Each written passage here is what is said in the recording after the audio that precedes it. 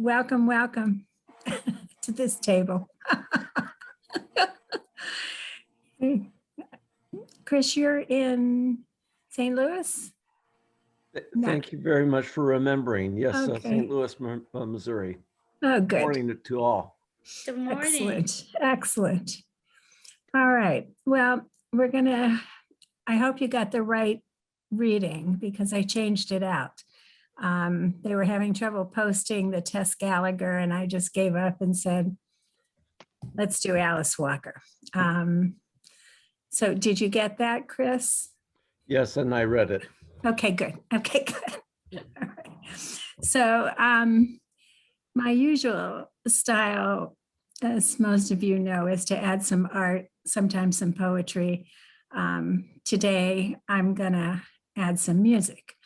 How many of you know the gospel, the spiritual welcome table? I'm gonna sit at the welcome table. Really? Okay. Claire? I have heard it. I don't know the words to it though. Okay. Okay.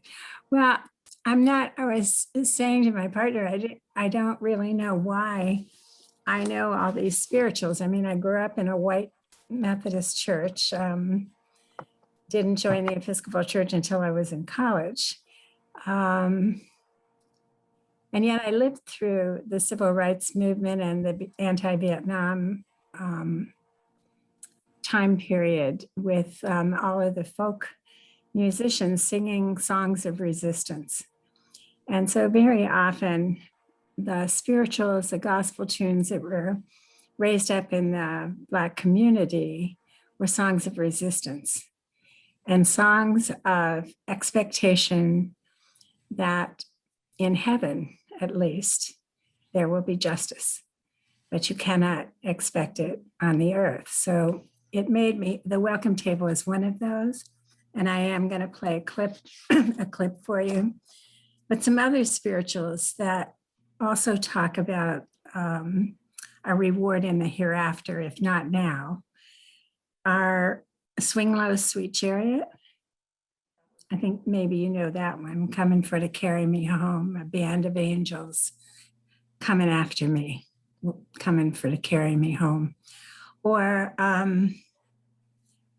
for some reason, This Train is Bound for Glory was one of the pieces that I was remembering this week. And I was remembering Arlo and Woody Guthrie and Woody Guthrie's This Land Is Your Land, which was really a protest song. If you look at all the original verses, it's a bit of a poke at people who would not, who would hoard the land and its resources for themselves. And then I was thinking about Wade in the Water as well. So just this whole construct that would be familiar with to Alice Walker and would be familiar to as a strong backdrop to this little short story that's packed with everything. So I'm gonna try my screen share, Michael. We'll see if my skill set is still good. Okay. All right.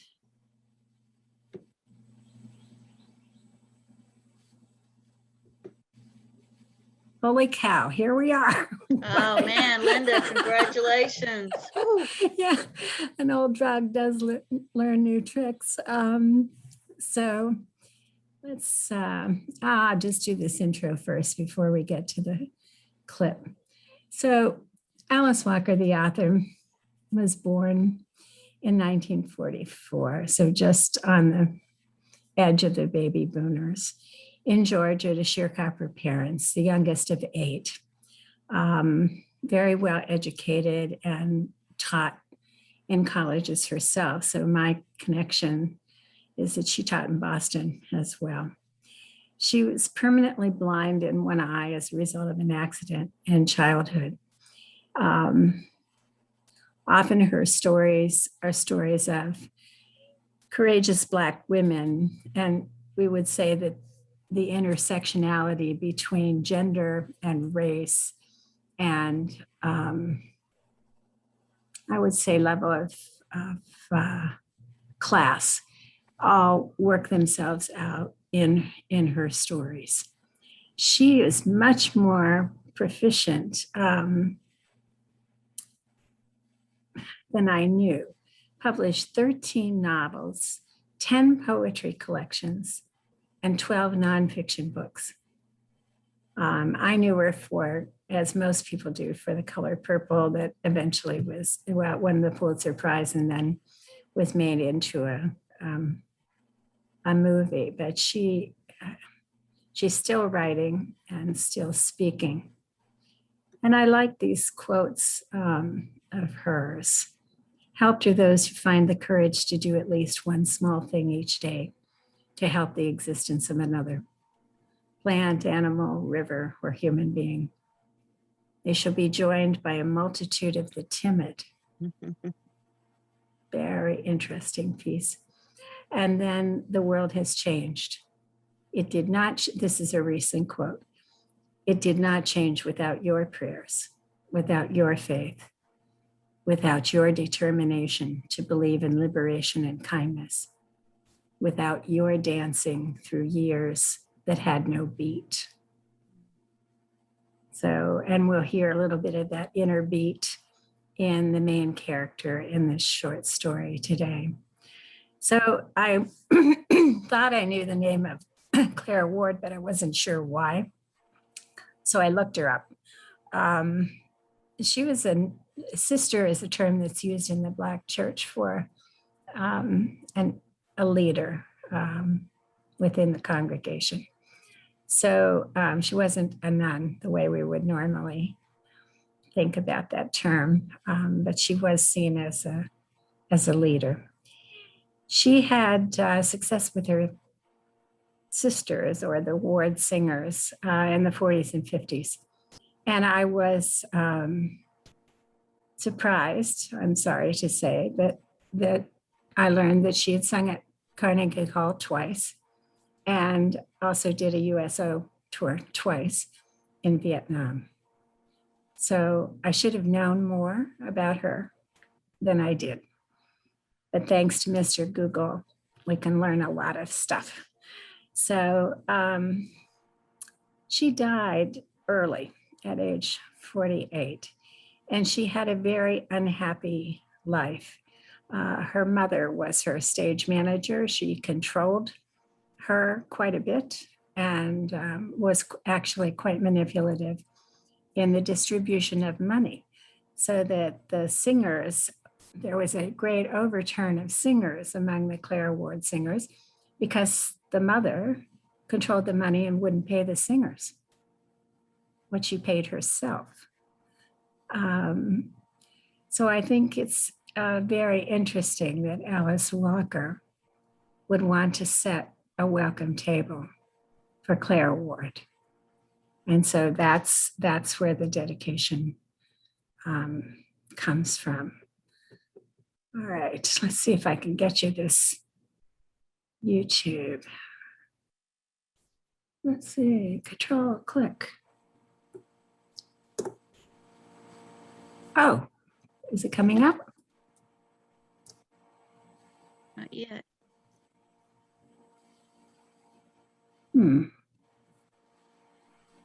It probably won't come up on the screen unless you stop screen sharing and then screen share the YouTube page.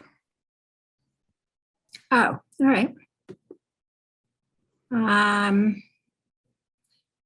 That's beyond my skill set, Michael. Can you do that?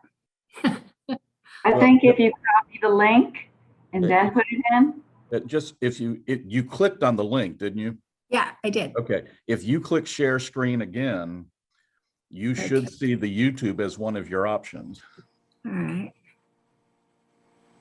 Ah, no. No? Just my presentation. Okay. Well, let's see if that's on, if that link. Wait a minute. It says optimize for video clip. Let's see. Oh, wait, you did send the clip on here, so I should be able to open it. Hang on just a second. Okay.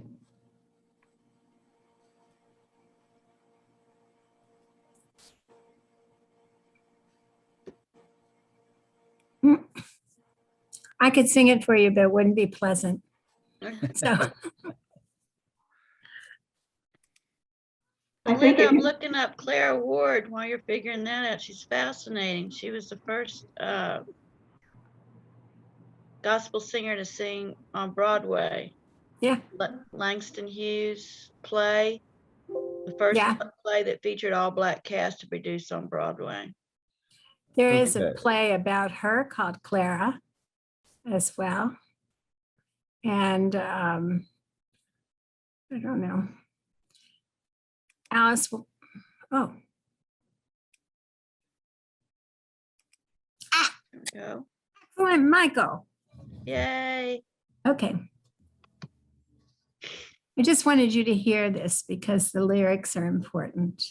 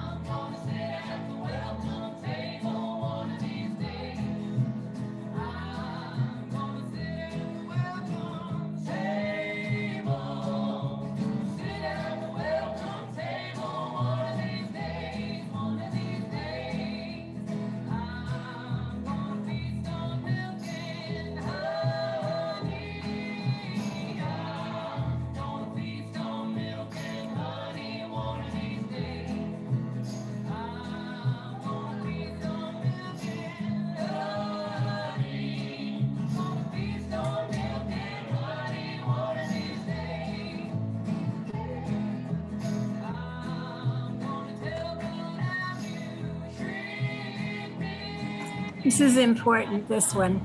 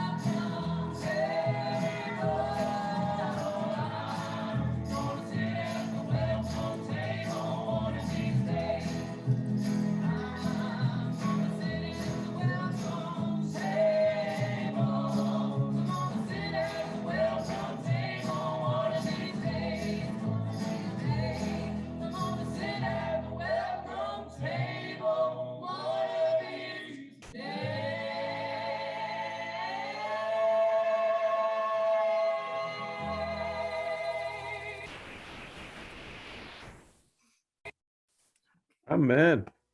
Yeah, Amen. yeah. Isn't so that's the backdrop, right? The backdrop for this story. Mhm. So Alice Walker had that tune in her head, especially that line about, I'm going to tell God how you treated me. Grandson and granddad bond. I'm going to tell God how you treated me. And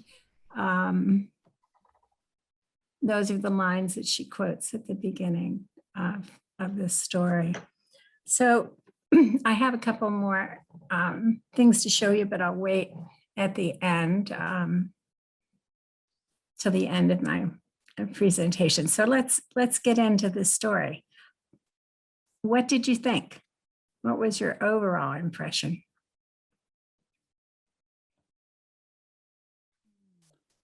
The title is rather ironic.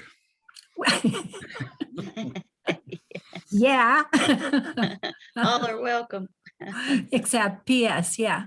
Except gay people, except people of color, except, yeah, disabled people, we can't get them up the steps, blah, blah, blah. Yeah, we've got a whole list. So I you're wanted right. to cry. I felt like crying. Oh, It just Barbara.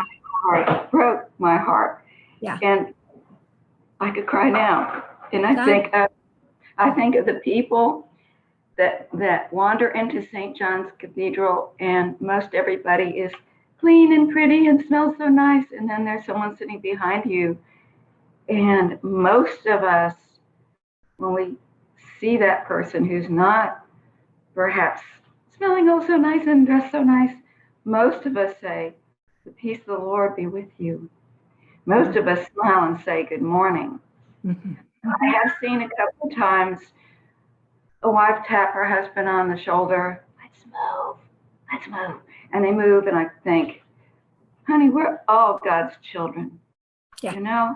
Maybe he or she woke up in a one-room place and there was no shower and there was no deodorant, but they're here. Yeah. They're here to worship God, and they're here to be in community. I'm gonna be quiet now. That's enough. Well, there is a line. Yeah, I agree with you, Barbara. There is a line where the author talks about this woman's house is less than a half a mile from the church. But that's a metaphor, right? For how many miles is she actually away from this church in particular? So yes, we have an image of a segregated church and society. This short story was written in 1973. And there's anxiety within the white community that the churches they had known it by law will be changing. And that's ironic too, that we have to legislate what should be a given, that everybody's welcome. So, all right, so there's that. What else? What else did you notice? I drew some parallels to things that I've encountered a few weeks ago, maybe a couple of months ago. I did a presentation in this faith forum on Mary McLeod Bethune, and she was had become acquainted with President Franklin Roosevelt and served as an agency head. But I have this recollection of one time when she was visiting in Washington, she was going in through a door, and the doorman, I don't know if he was a soldier but a uniformed doorman, referred to his auntie. And I just remember thinking it was an inappropriate thing. There was clearly no connection between these two people, but apparently that's how you address people of color. And I noticed the same thing in this story. Not that that was the worst thing that happened to her, but I noticed that. And the other parallel, which is actually a non-parallel, I thought of that really kind of beautiful, tender story by Eudora Welty, A Worn Path. Okay, know it. In that story, a older Black woman has a very difficult life. Her grandson has imbibed at some point something that had lye in it. And so she has to make this incredibly long journey on foot once every few weeks to get the soothing medicine for his throat. And it's about that journey that she's on. And clearly her life is challenged and it's difficult, and the fact that she doesn't have ready access to healthcare and things like that. But nonetheless, it is just so significant that the point of view of the story written by Eudora Welty, who's not a person of color, and then this one written by a person of color, this one was really a bit more graphic about what happened to the main character. It was really, the idea about the men's hardened fists were underneath her arms and lifting her up and being thrown out. And I get the sense they really meant thrown out of the church. It was interesting to me, just the point of view was different depending upon who the author was. Yes, that's true. And yet the underlying message is the same. We're looking for, well, we're not just looking for the presence of God here. We're looking for how people hold on, how they resist, how they persevere, how they see more than what we can see. And that's also what Alice Walker wanted us to pay attention to. There's also who speaks and when, and the silence of the church. What did you guys think about that? Chris, you're nodding your head. Say something. Well, thank you for asking. I want to first agree with Barbara, the pathos of that setting, and then it was just overwhelming. Mhm. And I'm going to just put out there, this doesn't mean it's right, but it seemed like there were a million little discrimination darts. It was like the unfolding of an onion layer by layer, and I just felt like indicted and felt, bad about the situation for this wonderful lady. Yeah. It was sad to see it revealed that she, on the one hand, would reveal so much, a little bit in her story, like about her one eye, and then she would say something. She would describe the other eye, little darts. The usher, describing how he comes. She finally reveals, oh boy, blonde hair, blue eyes. You know exactly what kind of man this is, or color. Yeah. So I felt the power of it building over time. Thank you. Remarkable. Yes. And she does. Alice Walker does give us the layers of this character in such a way that she wants the reader to see her. So this is not just an anonymous woman who walks in to the wrong church, right? As if there could be a wrong church. This is Alice Walker sees her. She's probably seen many just like her. And she wants us to see her too. And then there's this contrast with who sees Jesus, right? So that's another ironic touch, if you like. But it's this woman whose heart, when she goes into church, her gaze is upward toward the stained glass. She's remembering the picture of Jesus that she took out of a white woman's Bible. Her eyes are fixed where they should be, even though her eyes are different. And as I told you, Alice Walker has had a pretty much lifelong issue with her own sight. So there's this play between sight and insight. Who do you see? Who don't you see? And then the silence. The silence is who gets to speak and what do they say? So I was struck by the fact that Alice Walker wants us to know that this church never talked about it again. Or they never talked about it at all. They never talked about this event at all. It was marked by silence. And Jesus speaks. So what does he say? In this story, he says, follow me. The rest of the time, he's smiling and walking with her. And she decides that maybe they need some music while they walk. And then because he's silent, she tamps it down a little bit. But she's singing. And I think she did say, I don't know whether it's a quote or not, that she never expected to see him. Yet there was this hope that lived in her, obviously for many, many years. So much so that she was looking for the lamb tucked under his arm. Yeah. that wasn't there. But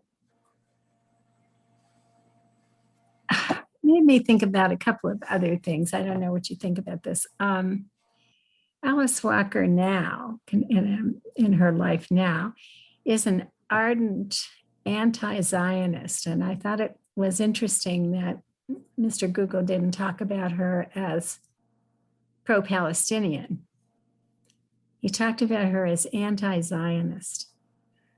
And I just wondered if she wanted Israel to set a table for the Palestinians, if that isn't part of her motivation of, yeah, lots of luck on that. Yeah, on welcome. And then at another level, her contemporary, now remember that this was written in 1973, this little piece was part of, I guess it was In Love and Trouble. She's also an environmentalist or an animal rights activist or whatever. It made me think about how God sets a welcome table for us in creation, in all of creation. I mean, we're busy right now going to the farmer's market several times a week down the street so we can get fresh blueberries. And now the corn's starting to come in. And I made cucumber soup this week. And am I paying attention in my prayers to the welcome table that God has set for all of us?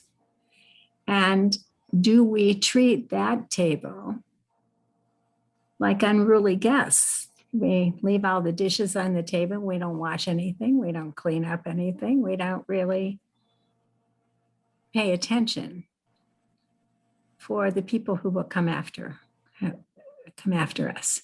So that's just where my brain went in terms of who Alice Walker is now and where her welcome tables, where she wants to see welcome tables. Let's see. Well, I thought that we would all agree that Jesus travels with the outcasts. We would acknowledge that he's often in the company of outcasts. And here we have a woman who is cast out, physically cast out. The throwaways, the people that we ignore. And is Walker saying that in the church is not the only place where Jesus can be found? In fact, sometimes you shouldn't be looking for him there, which is an indictment for us. This character meets him on the road. So not only Linda on the road, but he's walking right past that church. He's not stopping there. That's a good point. That's a good point. He probably wouldn't be welcome there either, Michael. Or at least not in that church. Or maybe he would. Who knows what would happen? That would be an interesting short story to write if he did turn in there. He wouldn't be dressed appropriately. I thought that was kind of any shoes. Yeah. So why do you think that Alice Walker wanted to include what he was wearing?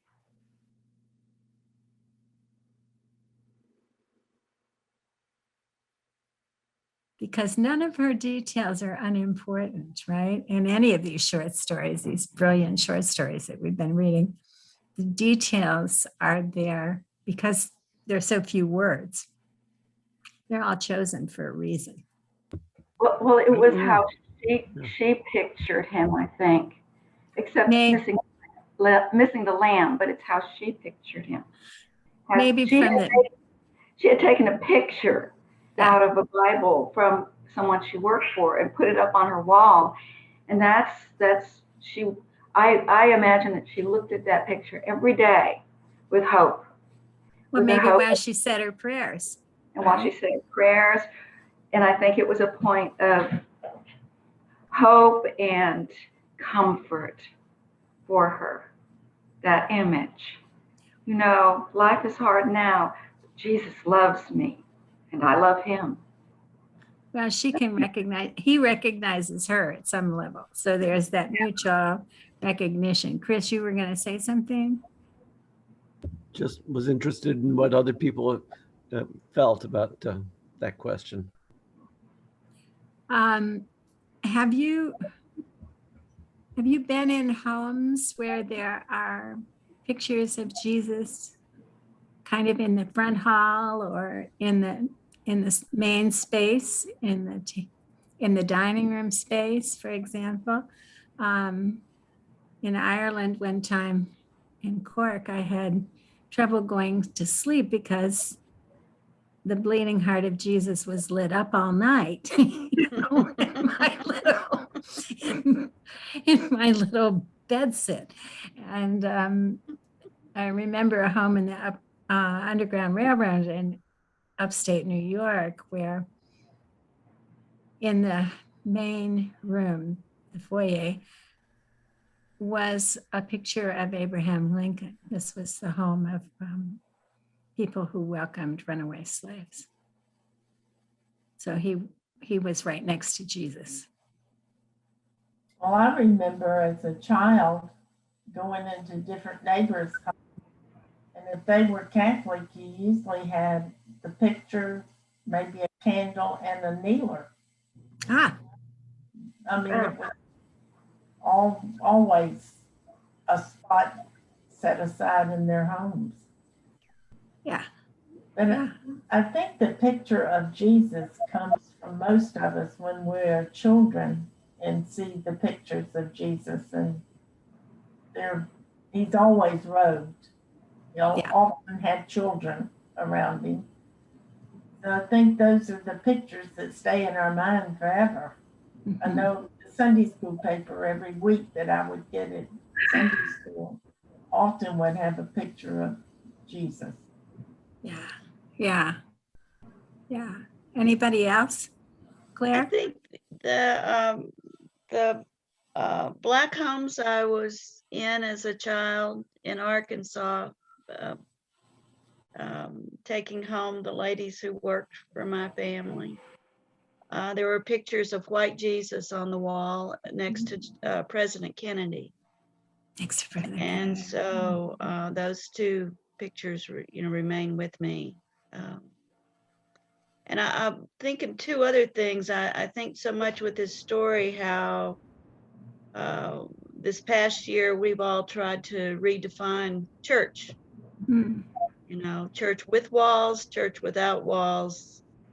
Is it one or the other? Is it Zoom or is it in person? Or which one's best? Or which one's more close to God, which now we're in an either or situation. Well, we're not going to do Zoom anymore because, we're all back at church. Well, goodbye, everybody in England and Scotland we've come to love through Zoom, So that struck me. The other thing, as far as redefining church, and then sometimes, in white society, church has been synonymous with country club. Mhm. And then I think about poor little Anne Lamott, drunk, hungover, struggling to just live, and ended up on the steps of a black church in Marin County, and they embraced her. So she might have died had they not. So, and then I guess the last thing I was thinking is, and Linda, you've heard me tell this before, but also in the little town in Arkansas where I grew up during Jim Crow, we were close to an air base, and a black woman Air Force officer came into our Episcopal church one Sunday, and there were probably 50 people there, and only 2 people went to the communion rail to share communion with her. And I'm almost 70 years old, and that happened when I was 14. And I'm sure for her, she remembered it the rest of her life. But I don't think the congregation ever talked about it. Thank you, Claire.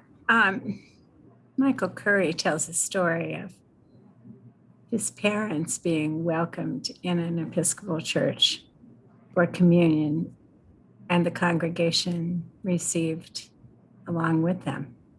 Yeah, that was a And turn. that made, yeah, it was a turning point for him. And so that's a piece of embodiment.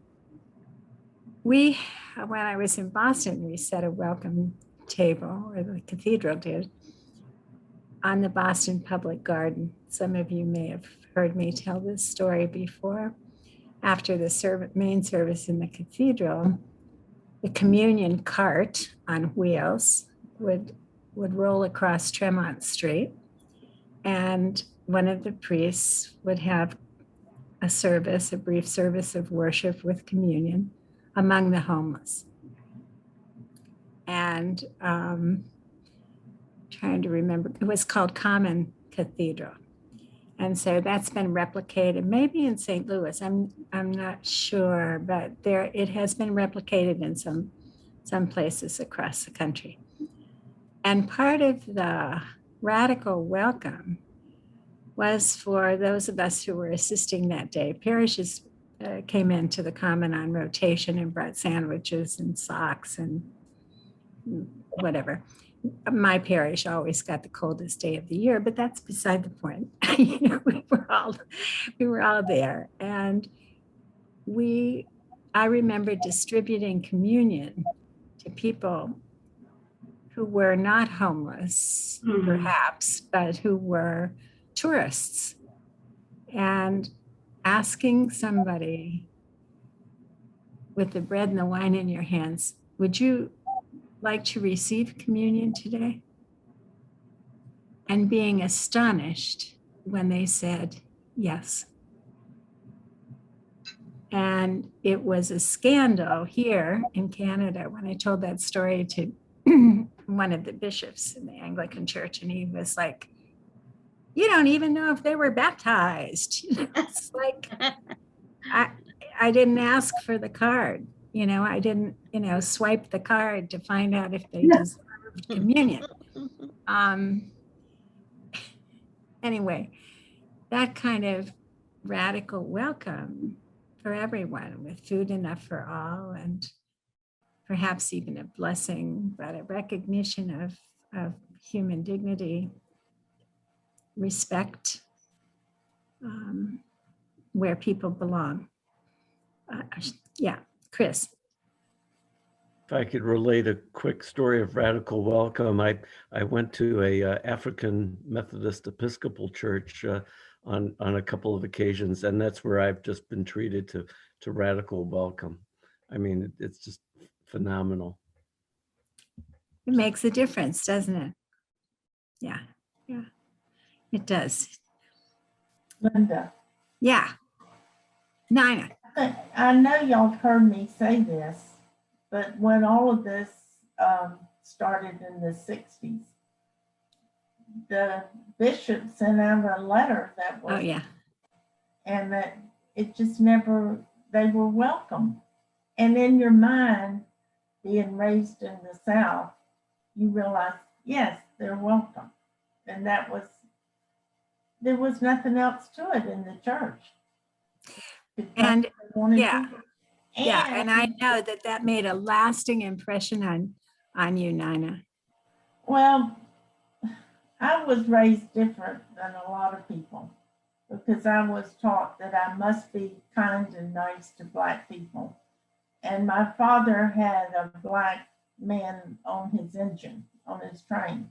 And I would not take my cough syrup. I think I've told y'all this story. And so Daddy would come home, and while he was at work, Mama would switch my cough syrup into another bottle. And then he would come home and give me this bottle and tell me that Uncle Perry sent it to me. Uncle Perry worked on my father's train.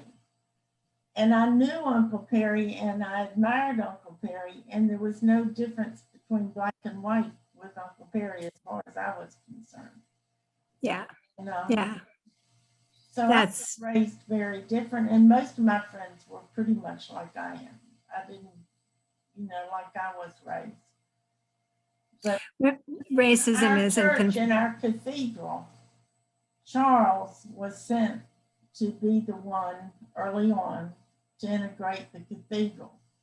And I'm sure they thought we would send Charles away. Well, Charles stayed until he died a year or two ago. And he was, I mean, Charles was a great person. Yeah.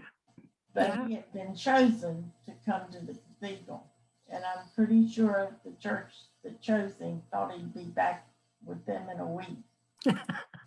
It wasn't like that. And he was surprised also. So beautiful. Beautiful. Well, I'm grateful that you have those memories. I don't want to go too long because some people need to get to worship, but I wanted to show you that artists think about the welcome table too. And so I'm gonna share, and then we'll come back. We'll come back together. I'm gonna share these pieces.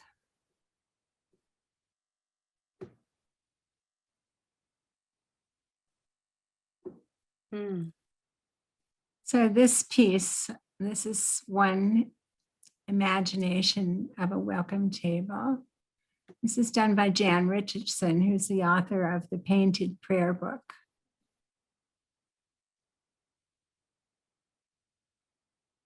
What do you notice? Looks like a mandala. Ah, in some ways, yeah.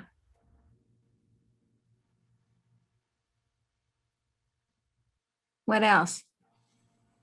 well, it's a mix. It is a good I'm mix. not Yeah, sure what the mix is. yeah, There's even a kitty on there. I know. I like that. Except in my household, well, not right now, there would be a dog underneath the table waiting Oh, for yeah. the scraps. And in the middle is the bread, and Jesus said, I am the bread of life, and the people there will share the bread. Yeah. I think we may have missed the point here. It's What do pretty lopsided. It's pretty, what? Look, it's sort of lopsided. Look where the different colors all sit together. Okay, well, that may be a family, right? You have a family Mhm. and then an individual. Okay, so here's another one. Hmm. So this is much more representational, I think, about the spiritual. We're going to sit at the welcome table. So this is a heavenly welcome table. And it looks like somebody, Divided. yeah, a little bit day and night, everything's all included in this one circle. You're right, they're just kind of on one side and the other, and all being held in one. Beautiful. One's dark on one side and the other's light on the other side. Uh-huh. Well, and it looks like the disciples have priority seating. We won't get into that. I'm not gonna go there. So here's one of my favorite artists is the Roman Catholic priest who died not too long ago. His name was Seeger, Sieger, Koder, Koder. And this is one of many of his paintings about the table. So tell me what you notice here. The face in the drink, the wine. Yeah. What do you think, Chris? the blood of, the covenant of Jesus. Yes. Yeah, because he's the presider and you can't see the rest of him. What you see are his hands breaking open the loaves. So my assumption is that he is standing, that his face is the one reflected in the cup. The fish in the bowl, Mm-hmm. is that Christian? Mm-hmm. Yeah. Loaves and the fishes. We had that last week in the gospel. Beautiful.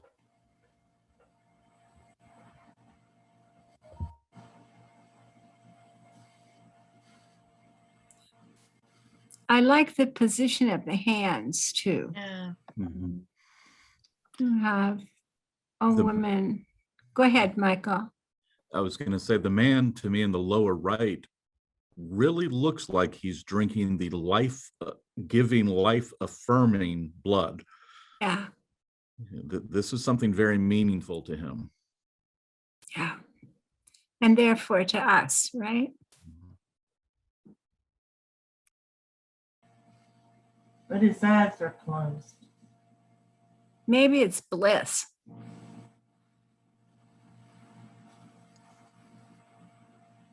Hands are That's what I important all thought. the way around. Look at not only those beautiful hands of Jesus, but the other hands that are caressing and embracing each other. Mhm. Yeah. I really encourage you to look at Coder's work. I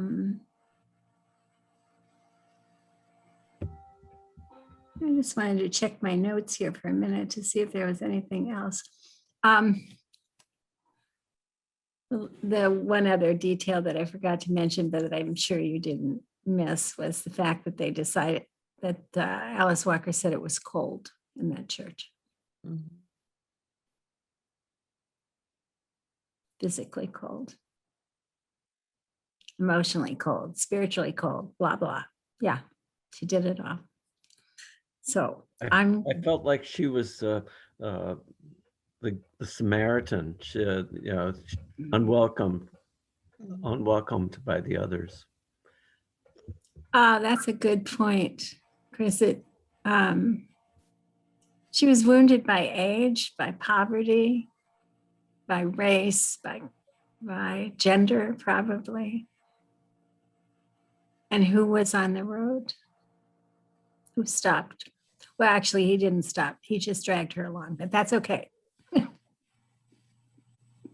She was going to get to the welcome table.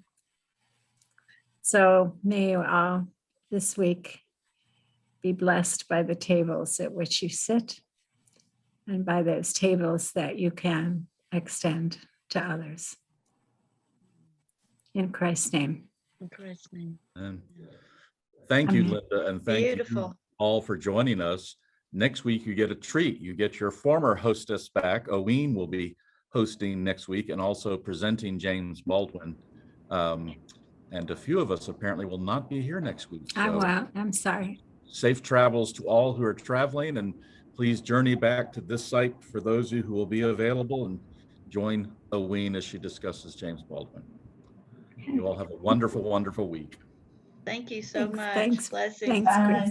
Bye. Thank you. you, Linda. Okay, bye. Bye. Thank you.